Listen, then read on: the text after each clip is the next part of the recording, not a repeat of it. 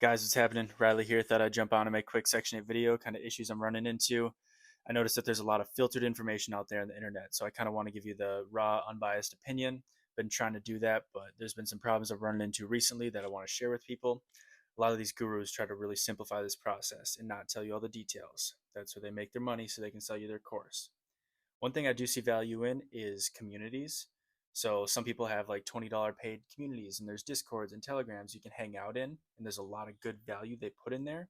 I think those are more beneficial than actual courses themselves. It all depends who makes it, but that's just something I'm running into. So when you're an out-of-state investor and you buy a home, your mail automatically gets defaulted to that home. Whether you're expecting mail or not, you will be getting mail there. Whether it's advertisements, tax forms, late fees, whatever it is, they will be sent. You need to call the city, call the county, and double check and make sure that you're getting all your mail forwarded to your primary residence, wherever that is, whatever state. So I made this mistake, and they were sending me tax forms that I was late on my taxes, and they put a lien on my house. Luckily, that lien can be removed pretty quickly, but my house is going to be put up for auction in the next month and a half, and I had no idea.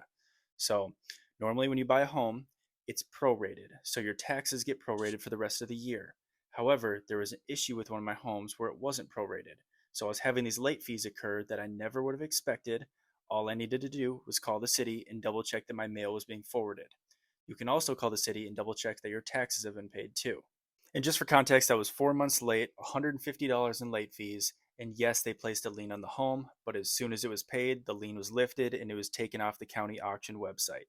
So it won't get auctioned off right away. It takes about 2 months for them to actually start accepting offers and things to go through, which is normally, I think, in July. So don't worry about that. You just need to make sure you're on top of your mailing. So when you purchase a home, you're going to have a vacancy period of some degree, and you need to budget that in. So you're going to be having to pay utilities, mortgage, insurance, taxes, all these things while this home is vacant. Obviously, you want that time to be as short as possible, but even if a property says it's turnkey, you're going to have to put probably 1,000 to 3,000 bucks into it just to make sure it's either rent ready or Section 8 ready. One thing I messed up on recently was under budgeting for my appliances. So we're putting in a new stove, refrigerator, washer, dryer.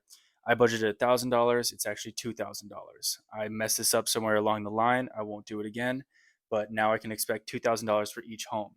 So make sure your contractor can source you these or find them yourselves and get them delivered. You'll need to have them installed. So talk with your contractor before this and budget that in because it's something I forgot and it's pretty expensive. I wouldn't recommend repurposing the ones before unless they're relatively new. The only things you want to repurpose or keep in the home is maybe like a kitchen sink or a bathtub or the HVAC or the water heater, things like that. I feel like this one's important to mention just because it's pretty relative and a lot of us don't think about it, even though it's the obvious one. Not everyone wants to live in your home just because they have a voucher. You need to make sure this home is ideal to live in. For example, I bought a home on top of a hill that had a lot of stairs going up to it.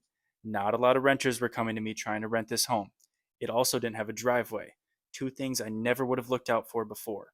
So I recommend analyze the property like you're going to live in it. What are the pain points? What are you going to complain about to your relatives and stuff that you don't like about the home? Is the garage too far away? Is there trees overhanging the house? Is it in a valley and you're seeing floods? Is it a high crime area? Think of all these things beforehand and think about the ideal family that's going to live there. There's a lot of voucher holders, but it doesn't mean someone wants to rent your home every single time. Fun fact I learned today while talking to realtors, since I'm trying to wholesale a little bit, was not all fair market rents are the same, even if it's just a city or county over. They can be drastically different. So, for example, all my properties are in Birmingham. The realtor I was talking to had properties in Montgomery. Montgomery's rent was about half of what Birmingham was, which is a drastic difference. I couldn't do a single deal in Montgomery that cash flowed. Not worth my time. Check the HUD website and make sure the fair market rent works for you. Understand that the HUD website is not the rent you're going to receive. They account for utilities and things like that. There's other costs thrown in there. I'll update that as I have more data, but don't take that number and take it home with you. It's not the number you're going to get. Last thing I want to touch on and go over would be insurance. So I'm just going to briefly go through this, talk to an agent, get a more in-depth feel for it, but I'm going to compare this to auto insurance. So we're talking about full coverage and liability. When you go to get insurance on your home, you can either choose full coverage, which is the RCV, or liability, which is the ACV. So obviously, with liability, you're going to get paid out about half of what you thought you would for the whole property. They'll tell you this when you get insurance. You just need to ask. Not all agents will. Sometimes they just want to sign you up and get you out the door. You want to go with full coverage, but get the best policy you can with that. So kind of work with them. You can give them a maximum policy limit of what you're comfortable with, but keep your payment as low as you can while still not losing money if there were to be a natural disaster like the house flooding or a fire occurs. When you're getting into Section 8, what you're really trying to do is mitigate your risk and get a better return on your investment. So, two ways you can guarantee that are researching and problem solving. If you can do those two things, it'd be really hard to fail in Section 8. And this is coming from someone who's not deep into this yet. I'm really trying to be. I'm going to be one day. It just, I really need to work hard towards it, research and problem solve. One book I wanted to recommend to you guys is 0 to 75 Units in 1 Year.